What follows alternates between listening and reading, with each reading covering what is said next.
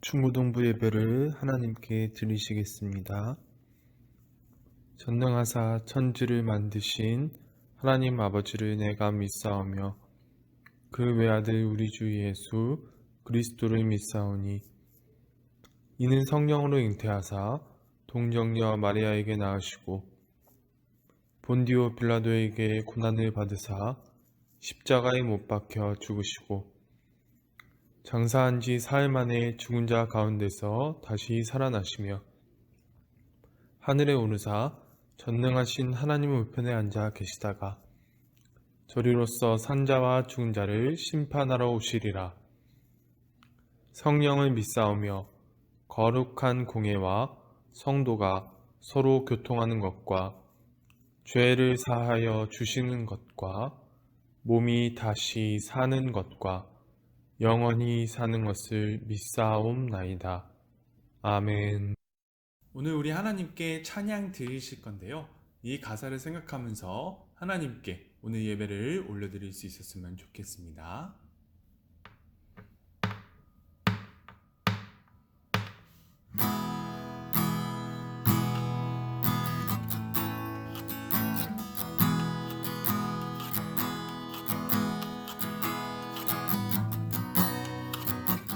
주와 같이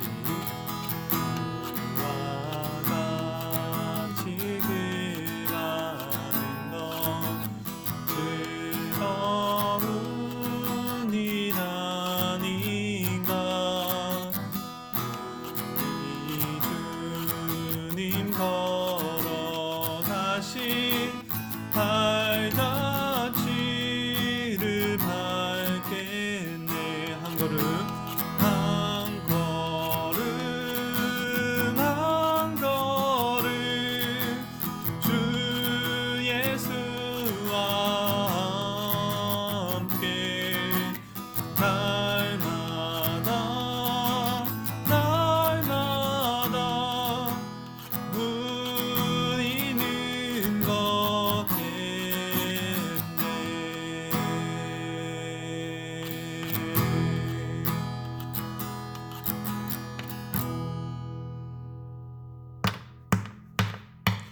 주와 같이 길 가는 것 즐거운 일 아닌가. 우리 주님 걸어가신 발자취를 밟겠네.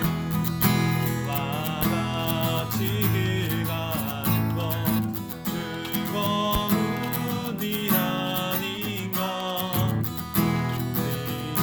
주님 걸어가신 발자취를 밟겠네.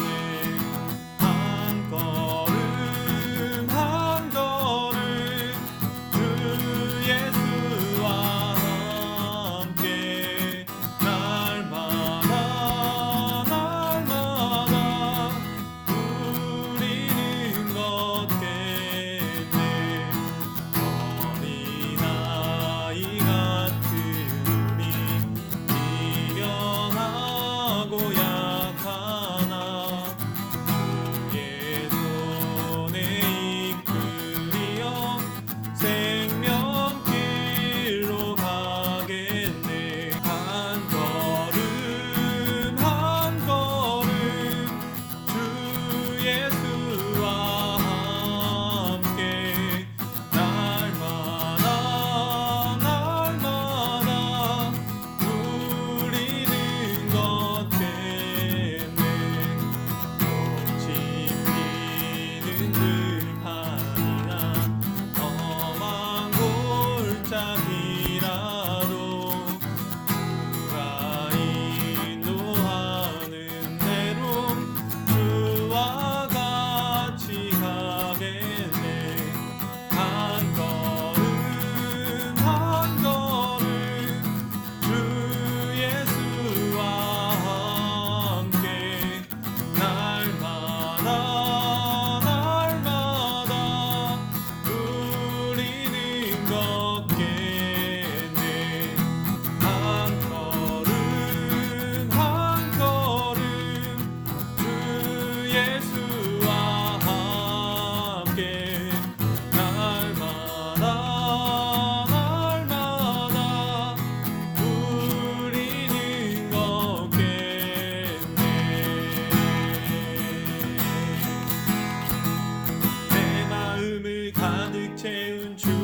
투영한 찬양과 사랑 어떻게 표현할 수 있나.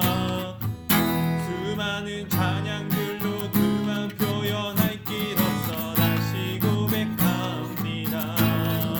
내 마음을 가득 채운 주양한 찬양과 사랑 어떻게 표현할 수 있나. 수많은 찬양들로 그만 표현할 길 없어 다시 고백합니다. 주 사랑해요 몸만 다하여 말로 다 할 수 없어. 주 사랑해요 찬양 받아주소서. 수많은 멜로디와 찬양들을 드렸지만 다시 고백하기 원하네. 주님은 나의 사랑 삶의 중심 되시오니 주를 찬양합니다. 주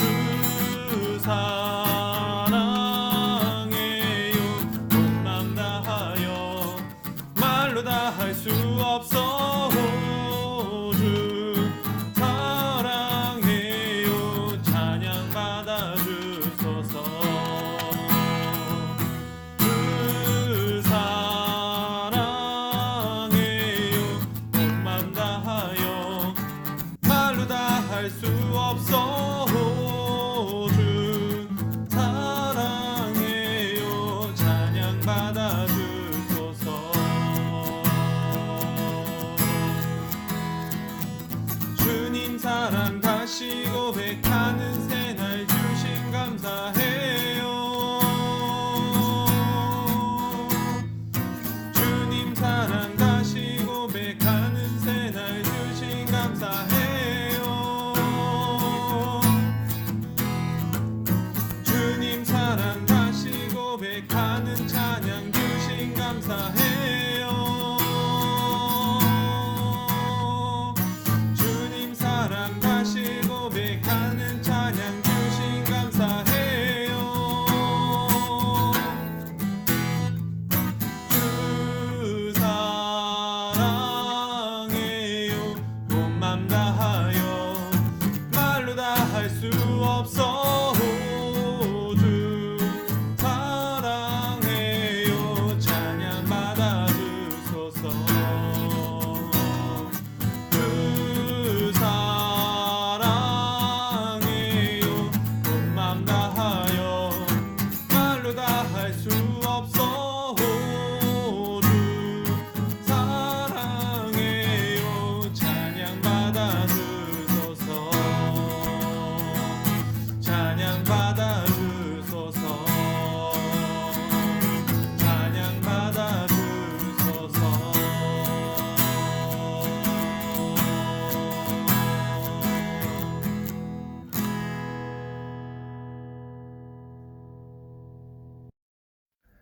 기도드리겠습니다.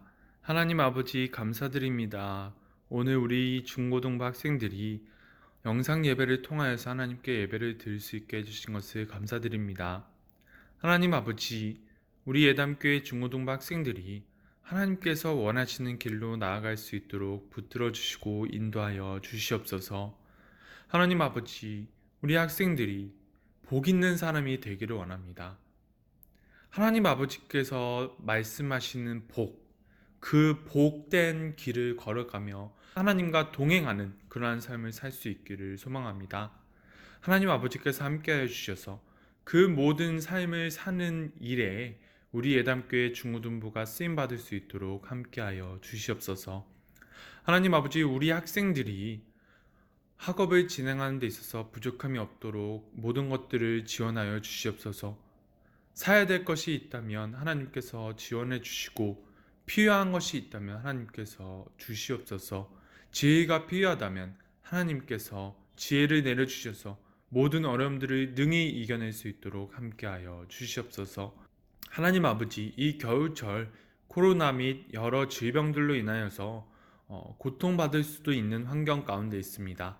하나님 아버지, 우리 학생들 지켜주시고 하나님께 나아가는 데 있어서 부족함이 없도록 주여 우리와 함께하여 주시옵소서. 감사드리며 예수님의 이름으로 기도드립니다. 아멘.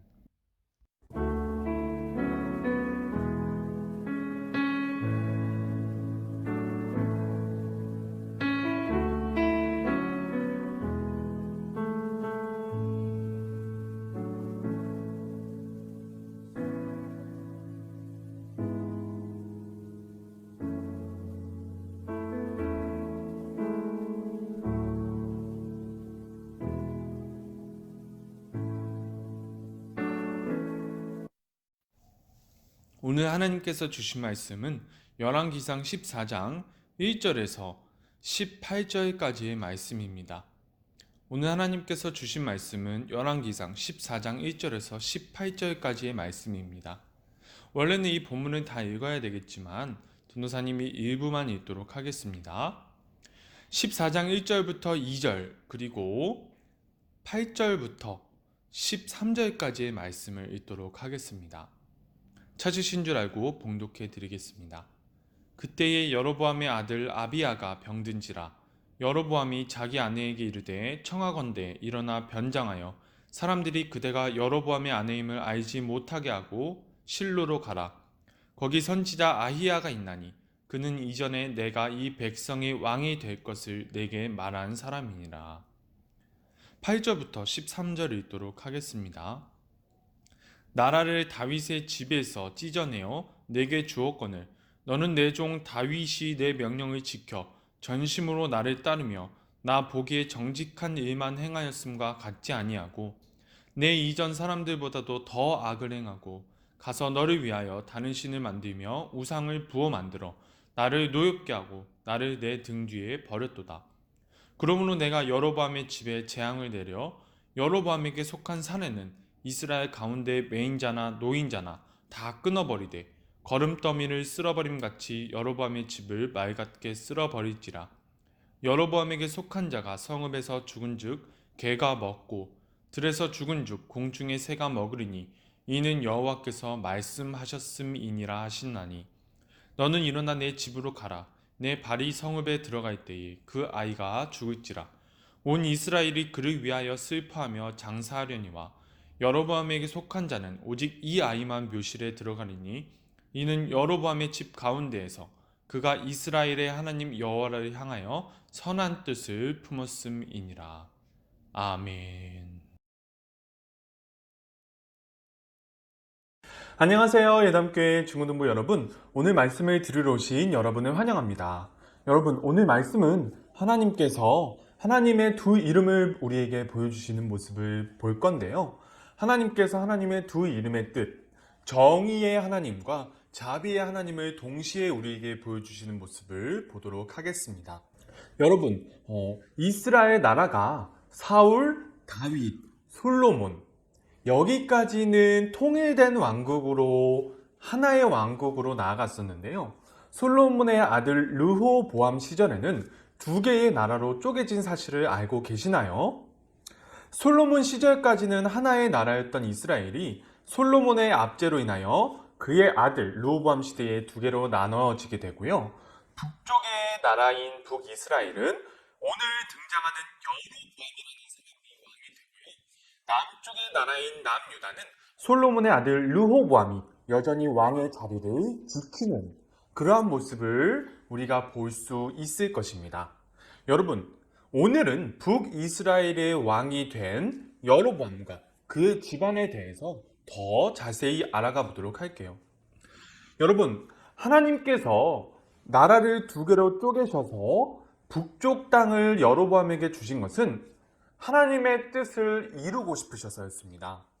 하나님께서 솔로몬을 통하여서 이루시고 싶으셨던 뜻을 솔로몬이 저버리자 하나님께서는 그 뜻을 이루시기 위하여서 나라를 두 개로 나누셨습니다. 하나님께서는 애굽의 압제, 그러니까 사람이 자신의 이익을 위해서 다른 사람 위에 서고 착취하는 일이 없게 만들기 위하여서 이스라엘 백성들을 출애굽시키시고 가나안 땅에 정착시키셨는데요. 정작 솔로몬 때에 이르러서 이것이 제대로 이루어지지 못하자 하나님께서는 나라를 둘로 나누시면서까지 이것을 이루려고 하셨던 것입니다. 그렇다면 하나님의 이런 간절한 마음으로 이제 북이스라엘의 왕이 된 여로보암은 하나님의 뜻대로 북이스라엘을 잘 다스렸을까요? 그렇지 않습니다. 여로보암은 자신의 이익을 위해서, 그리고 더 자세히 말씀드리면 자신의 왕위를 지키기 위해서 북이스라엘 백성들을 속였습니다. 여로보암은 백성들로 하여금 하나님을 가장한 우상을 섬기도록 만들었어요. 그리고 하나님의 말씀을 선포해야 할 제사장들마저도 자신의 마음대로 뽑아버리는 그러한 악행을 저질러 버렸습니다. 그래서 여로보암이 다스리는 북이스라엘은 우상 숭배가 넘쳐나는 나라가 되어버렸어요. 그리고 자연스럽게 우상 문화의 영향을 받은 북이스라엘은 압제가 넘쳐나는 나라가 되어버리고 말았습니다. 이러한 모습을 보시던 하나님께서는 여로보암에게 경고하십니다. 하나님께서는 여로보암에게 여러 번 경고하세요. 수많은 기적들을 보여주시면서 여로보암에게 다시 돌아오라고 경고를 하셨습니다. 그러나 여로보암은 하나님께로 돌아오지 않고요, 계속 악한 길에서 떠나지 않았습니다. 그래서 하나님께서는 여로보암과 그의 집안을 심판하시기로 작정하셨습니다. 이런 일련의 사건들이 지나가면서 오늘 본문의 내용으로 이어지게 되는데요. 오늘 본문의 내용을 보면 여로보암의 아들 아비야가 병이 들었다는 것을 알 수 있습니다. 이 병이 쉽게 낫지 못할 병임을 여로보암이 직감을 했나 봐요. 그래서 특단의 조치를 취합니다. 그런데 그 조치가 특이해요. 그 조치가 무엇이냐면 자신의 아내로 하여금 변장한 후에 여호와 하나님의 선지자에게 가서 자신의 아들 아비야가 나을 것인지 낫지 못할 것인지를 물어보게 하는 것이었습니다. 그렇다면 하나님께서는 이러한 여로보암에게 무엇이라고 말씀하셨을까요? 하나님께서는 여로보암의 집에 심판을 내리시겠다고 선언하십니다. 여로보암의 아내가 변장하고 하나님의 선지자에게 갔을 때 하나님께서는 그 선지자에게 여로보암의 아내가 변장한 상태로 찾아올 것을 말씀해 주셨어요. 그리고 어떻게 말하라고까지 말씀해 주셨습니다. 그 말씀을 들은 선지자가 여로보암의 아내에게 말했습니다. 여로보암의 집은 심판을 받아 모든 남자들이 비참하게 죽임을 당하게 될 것이다.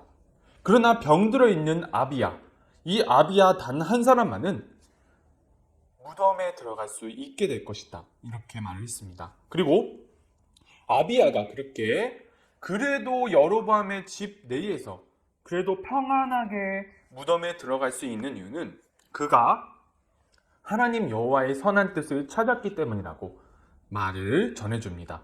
그 후에 선지자가 여로보암의 아내에게 예언을 하나 합니다.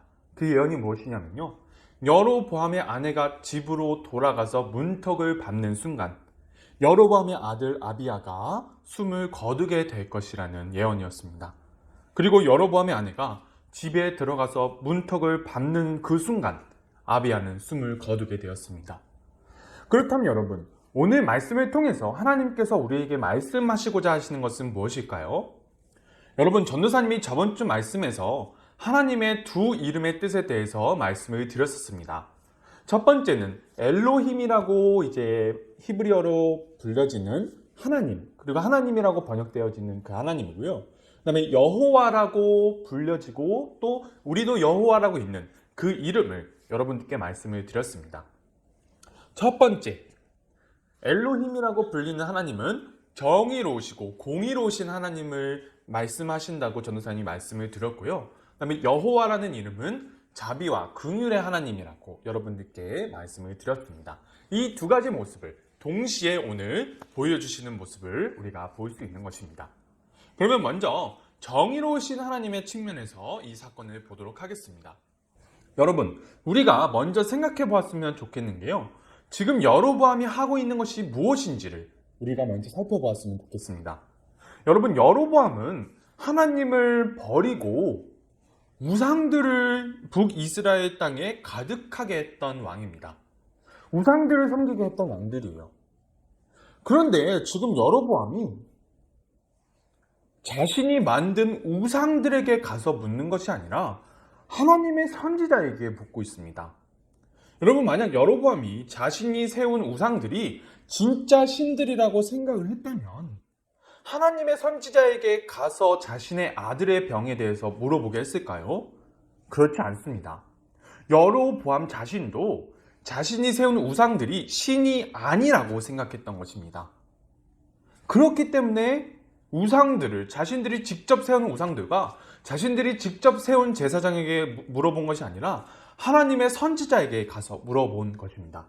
그렇다면 여로보암이 자신의 아내에게 변장하게 한 이유는 무엇일까요? 그 이유는 바로 자신이 입을 정치적 타격을 우려해서였습니다. 여러분, 여로보암이 자신의 이익을 위해서, 자신의 왕위를 공고히 하기 위해서 백성들에게 우상을 섬기게 했습니다. 그런데 정작 여로보암 자신이 우상이 아니라 하나님을 진짜 신이라고 생각한다는 것을 백성들에게 들키게 되면 어떻게 될까요? 지금까지 그가 행해왔던 모든 것들이 거짓이라는 것을 북이스라엘 사람들에게 알려지는 그러한 일이 되어버리고 마는 것입니다. 이것은 정치적인 타격이 매우 심각하게 올 것임은 불보듯 뻔한 일일 거예요. 우리가 이러한 여로보암의 모순적인 모습을 보면 우리가 여로보암이 지금 무슨 짓을 하고 있는지를 알 수 있습니다.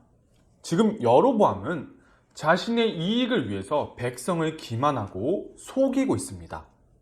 자신이 북이스라엘 백성들의 지배자로서 그들을 압제하기 위하여서 종교를 이용했지요. 종교를 이용했는데 실제로는 그 종교가 진짜라고 생각하지 않는 것입니다. 다른 사람들 눈앞에서는 자신이 만든 우상이 진짜 신이라고 말하고 그렇게 여기는 행동들을 수없이 하면서도 속으로는 이 우상은 내가 만들었다. 이 우상은 진짜 신이 아니야. 하나님이 진짜 신이라는 것을 자기 스스로 드러내고 있는 것입니다. 여러분, 이것은 다른 사람 위에 서서 다른 사람을 압제하는 사람들의 방식, 이 방식 중에서도 가장 하나님께서 역겨워하시는 방식입니다. 백성을 기만하고 속이는 것. 이것이 바로 군주론의 방법인데요. 여러분, 이것은 하나님께서 용납하실 수 없는 악행이고요. 그 스스로도 더욱더 자신을 속이고 속임으로써 더욱더 악으로 나아가게 만드는, 사람이 인생이 비참하게 만드는 그러한 악행이 지금 여로보암의 인생 가운데 이루어지고 있는 것입니다. 그래서 하나님께서는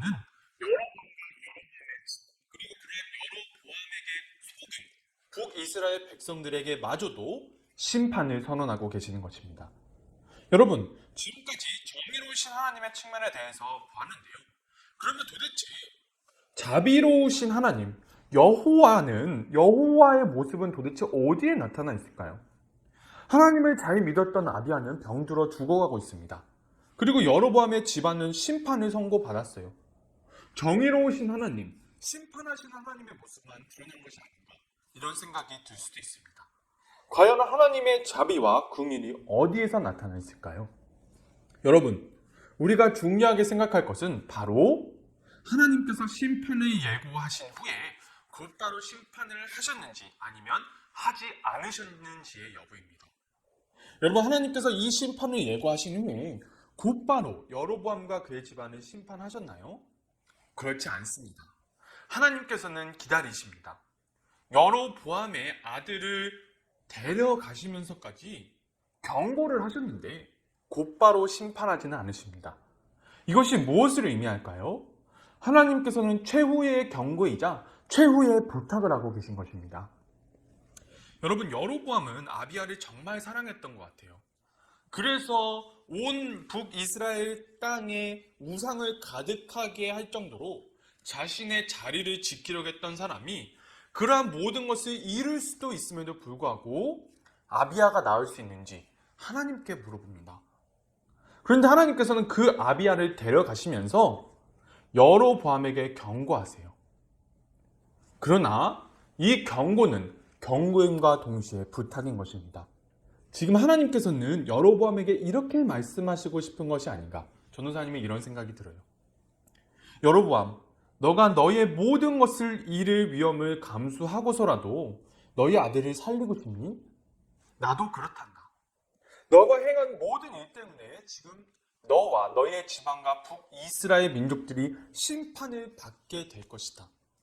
그러나 너가 다시 나에게 돌아온다면 지금까지 너가 행했던 모든 악행들을 다시 되돌리고 북이스라엘 백성들을 다시 하나님께로 되돌린다면 나는 너를 심판하지 않고 너의 집안을 심판하지 않고 북이스라엘을 심판하지 않을 수도 있다. 나는 정말로 북이스라엘을 잇는 것을 원치 않는다. 너가 너의 아들을 잇는 것을 원치 않듯이 나도 북이스라엘을 잇는 것을 원치 않는다. 그러니 제발 지금 너가 행하고 있는 악한 일들을 멈춰다오. 지금 하나님께서는 이렇게 부탁하고 계시다고 전도사님은 생각합니다. 하나님께서는 지속적으로 여로보암에게 경고하셨지만 여로보암이 말을 듣지 않으니까 정말로 여로보암이 그토록 사랑했던 아들을 직접 데려가시면서 마지막으로 경고이자 부탁을 하고 계신 것입니다. 눈물을 머금으신 상태로 여로보암과 북이스라엘 민족들에게 다시 하나님께로 돌아오라고 말씀을 하고 계신 것입니다. 말씀을 마치겠습니다. 사랑하는 여러분, 우리가 인생을 살아가면서 선택의 순간이 우리에게 주어질 것입니다. 만약 우리가 하나님을 믿으면서도 우리의 이익을 위해서 오늘 본문의 여로보암처럼 압제를 택한다면 하나님께서는 우리를 심판하실 수밖에 없게 될 거예요. 여로보암이 하나님이 진짜 신이라는 것을 알았음에도 불구하고 자신의 이익을 위해서 압제를 세상에 퍼뜨렸던 것을 우리가 알게 됩니다. 우리가 여로보암처럼 우리의 이익을 위해서 하나님의 뜻이 아닌 것을 알매도 불구하고 압제를 행한다면 우리도 여로보암처럼 심판을 예고받을 수 있다는 것을 우리는 오늘 이 시간을 통해서 알았으면 좋겠습니다. 하나님께서는 마치 부모님이 쓰라린 가슴을 숨기며 자녀를 훈육하시는 것처럼 쓰라린 마음으로 우리를 심판하실 수도 있다는 것을 우리는 기억해야 합니다. 여러분, 그래서 전도사님이 여러분들을 위하여서 기도하고 전도사님을 위하여서 기도하는 것이 바로 시작부터 우리의 삶의 시작부터 우리가 그러한 방향으로 나아가지 않게 해달라는 기도입니다. 그리고 또한 설령 잘못된 선택을 할지라도 하나님의 애타는 마음을 깨닫고 빨리 하나님께로 돌아올 수 있는 그러한 은혜가 우리에게 주어졌으면 좋겠습니다. 전도사님이 여러분들을 위해서 할 수 있는 것이 그렇게 많지는 않을 거예요. 그러나 하나님께서 우리에게 원하시는 것이 무엇인지를 여러분들께 말씀드림과 동시에 여러분들과 전도사님이 함께 하나님께로 한 걸음 한 걸음 나아갈 수 있는 것, 그것이 바로 전도사님이 여러분들께 해드릴 수 있는 아마도 유일한 것일 것입니다. 사랑하는 여러분, 우리가 하나님의 애타는 마음을 알고 하나님 앞으로 점진적으로 나아갈 수 있는 우리가 될 수 있기를 간절히 소망합니다. 기도드릴게요. 하나님 아버지, 오늘 여로보암이 자신이 만든 우상이 아니라 오직 하나님 아버지만이 진짜 하나님이라는 사실을 알매도 불구하고 자신의 이익을 위해서 악행을 행했다는 사실을 알게 되었습니다. 하나님 아버지, 우리는 이러한 여로보암의 길로 나아가지 않게 도와주시옵소서. 설령 그러한 악행의 길로 나아갈지라도 곧바로 하나님의 뜻을 깨닫고 다시 하나님께로 돌아옴으로 말미암아 압제를 행하지 않고 사람 위에 서서 사람을 기만하고 착취하는 그런 일을 우리가 행하지 않도록 주여 우리의 인생과 함께하여 주시옵소서. 감사드리며 예수님의 이름으로 기도드립니다. 아멘. 주기도문으로 예배를 마치시겠습니다. 하늘에 계신 우리 아버지여, 이름이 거룩히 여김을 받으시오며 나라가 임하시오며 뜻이 하늘에서 이루어진 것 같이 땅에서도 이루어지이다. 오늘날 우리에게 일용할 양식을 주옵시고 우리가 우리에게 죄 지은 자를 사하여 준 것 같이 우리의 죄를 사하여 주옵시고 우리를 시험에 들게 하지 마옵시고 다만 악에서 구하옵소서. 대개의 나라와 권세와 영광이 아버지께 영원히 있사옵나이다. 아멘.